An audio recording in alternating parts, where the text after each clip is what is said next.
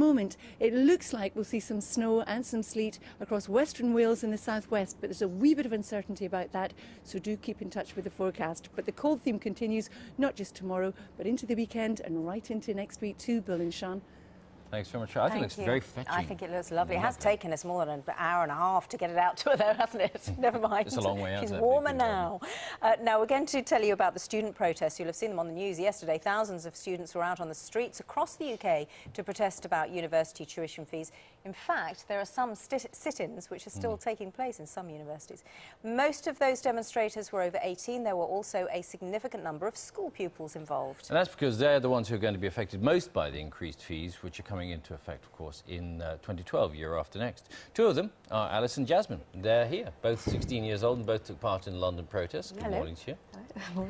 Also this morning, Aaron Porter from the National Union of Students and Anastasia Deval from the think tank Civitas. Welcome all of you. Let's start with Jasmine and Alice. Alice, why did you decide to go on the march? Well, we thought it was quite important and to let people know that students will stand up and be counted, and sort of people are unhappy about it and we want something done. The problem is that the headlines you see in the newspapers tend to be more about the breakaway protests and people, you know... It reflects badly on the actual students who are peacefully protesting about university. Just focuses on the bad violence. When I was there, it was a very small minority, but of course, like, people peacefully, it doesn't make the news as much as someone like rocking the police vans and things like that. So. Do you think the government's going to listen to you being out in the streets? Yeah. Hope so. Yeah. Hopefully make a difference, like the more people turn up and know people, like, it affects a lot of people. That's right. Let's ask Aaron Porter and Aaron. There was that very big demonstration last week, and this was significantly smaller. The idea about demonstrations perhaps going away once the realisation sinking in that the coalition government is going to do this, whether there are demonstrations or not. Well, actually, I mean, this was actually organised really in a matter of days, and still to mobilise kind of perhaps 10,000 students across the UK is relatively impressive, and all the indications that I'm hearing are that there are students currently in universities who want to continue to protest because they feel that the proposals are bad. But let's remember, those currently in universities aren't even affected by the proposals. It's those currently in our schools and colleges that are getting more agitated and actually are wanting to find out ways that they can peacefully make their mark as well. And actually, I think it's our responsibility to find ways within the law to allow them to do that. Anastasia, from a think tank point of view, are the students really going to make any difference to government policy, and have they got a point?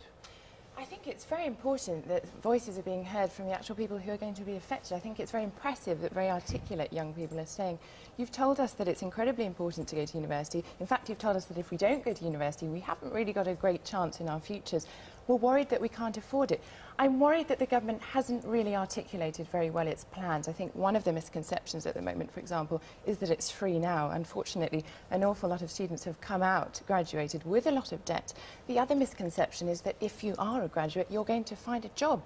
And we know very, very many graduates now, past years, but particularly at this time, who actually can't find work. And so we really need to dispel some of those myths, which are saying that this is absolutely vital. And we had a Liberal Democrat MP, Malcolm Bruce, on earlier, who was saying there's a further misconception that a lot of students have, which is that they have to find the money before they go to university, whereas you won't.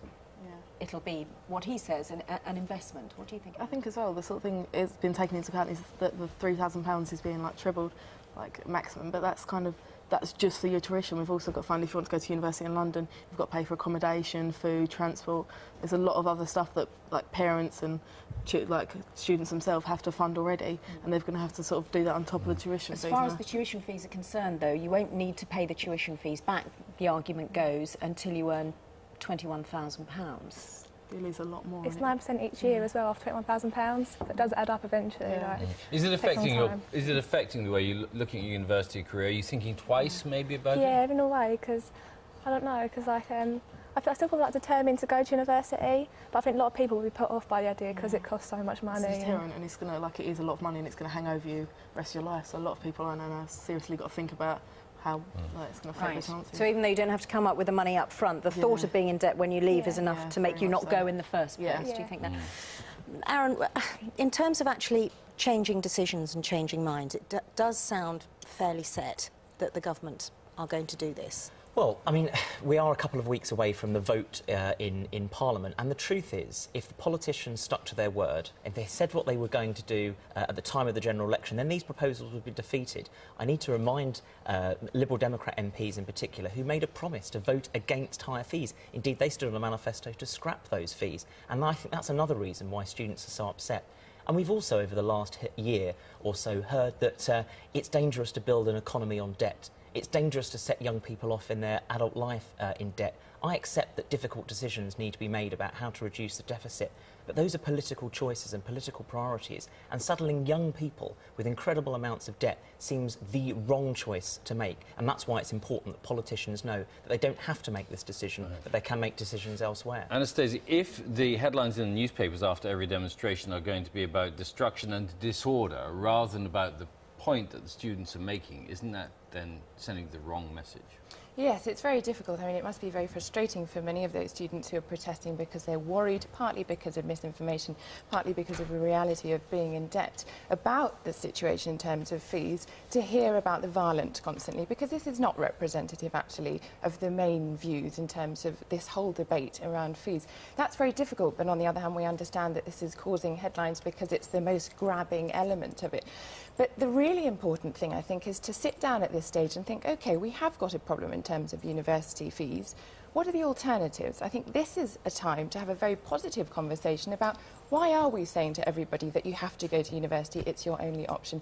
What are the alternatives? What about apprenticeships, for example? Why do they not get such a good rap as going to university? This is the time to have a really positive and constructive conversation off the back of what's become really rather a negative and disappointing one. All right, Anastasia, thank you. Aaron, and thanks too to Alice and Jasmine. Thanks for coming in. Would you go on another demonstration? Yeah, definitely would. Okay. All right, thanks very much. The time is 7:51. This is Breakfast from BBC News. Let's bring you up to date with our main stories this morning. Plans for an £8 billion programme of investment in the railways have been announced this morning. The government is buying new carriages to try to tackle overcrowding.